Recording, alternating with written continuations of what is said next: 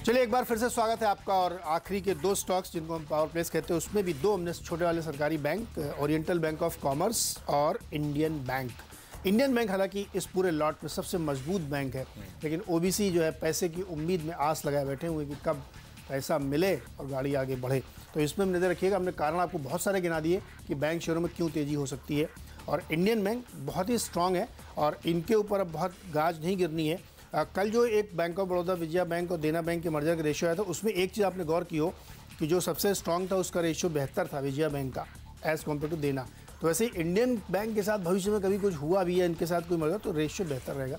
तो Indian bank में खरीदारी 255 का टारगेट यहाँ पे। हाँ ठीक बात है। ना सिर्फ सारा बता दिया बैंक्स का, आपने वो पॉलिटिक्स भी समझा दी इसके पीछे की कि ये बैंकिंग शेयरों को क्यों रडार पे रखें आप। अच्छा, पैकेजिंग फर्म्स की मैंने बात करी थी क्योंकि वो फसाई ने जो रूल्स टाइटन करे हैं ऑर्गेनाइज स्पेस के लिए, अच्छी खबरें हैं। कॉस्मो फिल्म्स और जिंदल पॉली फिल्म्स की बात करी थी और यूफ्लेक्स को उस कड़ी में आप और जोड़ लीजिए। हालांकि ये कंपनी तो इंटरनेशनल ऑपरेशंस भी रखती हैं, कॉस्मो फिल्म्स भी तगड़े और इंटरनेशनल ऑपरेशंस है, पर इंडियन मार्केट्स में भी ये डोमिनेंट प्लेयर्स हैं। यूफ्लेक्स भी वही कहानी है, ऑलमोस्ट 500 के हाई से स्टॉक करेक्ट होकर अब साल के लोज के आसपास कंसोलिडेट कर रहा है। ये सारे के सारे पैकेजिंग फर्म्स की कहानी यही है और अब अच्छी खबर आती है तो इसीलिए इस दम पर रडार पे रखें। और इवेंचुअली जाते जाते एक और सेल कॉल आता हुआ। अब ये अशोक लेलैंड के साथ दिक्कत ये हो गई है कि सब ने भर रखा है गले तक, और जब पिटाई हुई थी उसके बाद भी लोगों ने बाइंग करी थी इस उम्मीद में कि अशोक लेलैंड जैसा स्टॉक 110 के लेवल से 107 के लेवल्स पे आ गया है, 104 के नीचे नहीं जाएगा, तो लोगों ने बहुत तगड़ी बाइंग करी।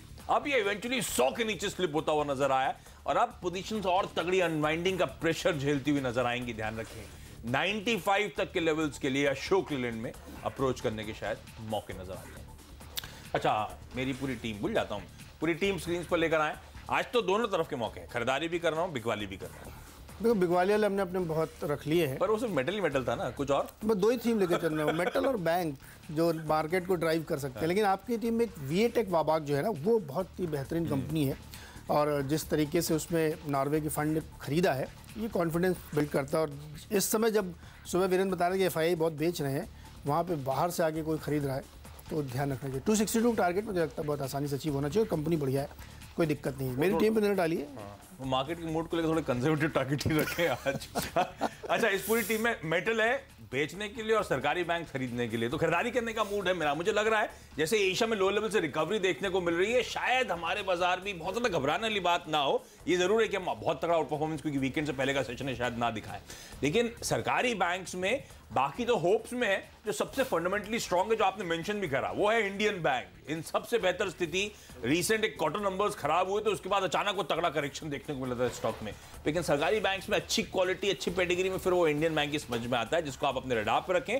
सरकारी बैंक्स में आउट परफॉर्मेंस आया तो पोर्टफोलियो के लिहाज से भी एक बेटर बेट हो सकता है। ये एक कैप्टन चॉइस होगा। पूरी टीम पे फटाफट नज़र डालते हैं और बहुत आसान है आज आपके लिए टीम समझना।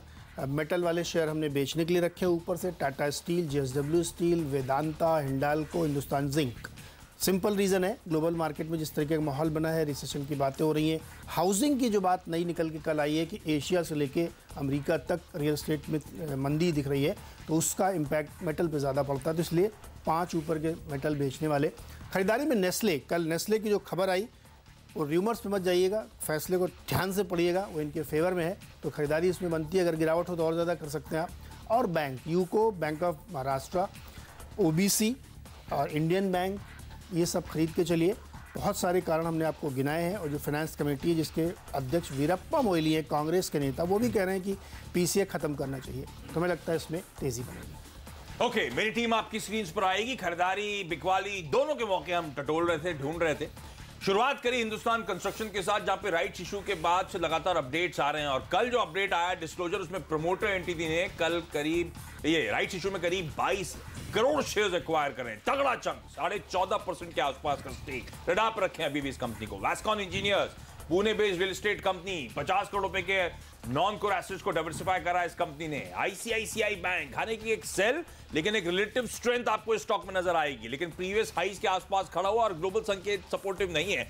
हालांकि आज की बाजार पे कॉल करना थोड़ा मुश्किल बात है, लग रहा है कल के क्लोजिंग लाइन के आसपास ट्रेड ज्यादातर समय होगा, लेकिन अगर प्रेशर माउंट होना है तो ICICI bank, BML, InterGlobe aviation में दबाव, डिपेंडेबल के तौर पे वाटेक वबाक, जहां पे गवर्नमेंट पेंशन फंड ग्लोबल ने तगड़ा चंक एक्वायर करा है। इसके अलावा पैकेजिंग फर्म्स, फसाई ने जो नियम कड़े करे हैं, कॉस्मो फिल्म, जिंदल पॉली, साथ साथ तीसरी स्टॉक आपकी स्क्रीन पे आएगा यूफ्लेक्स, खरीदारी करने का मन, और अशोक लेलैंड, ये स्टॉक शायद थोड़ा सा और यहां से दबाव दिखा सकता है।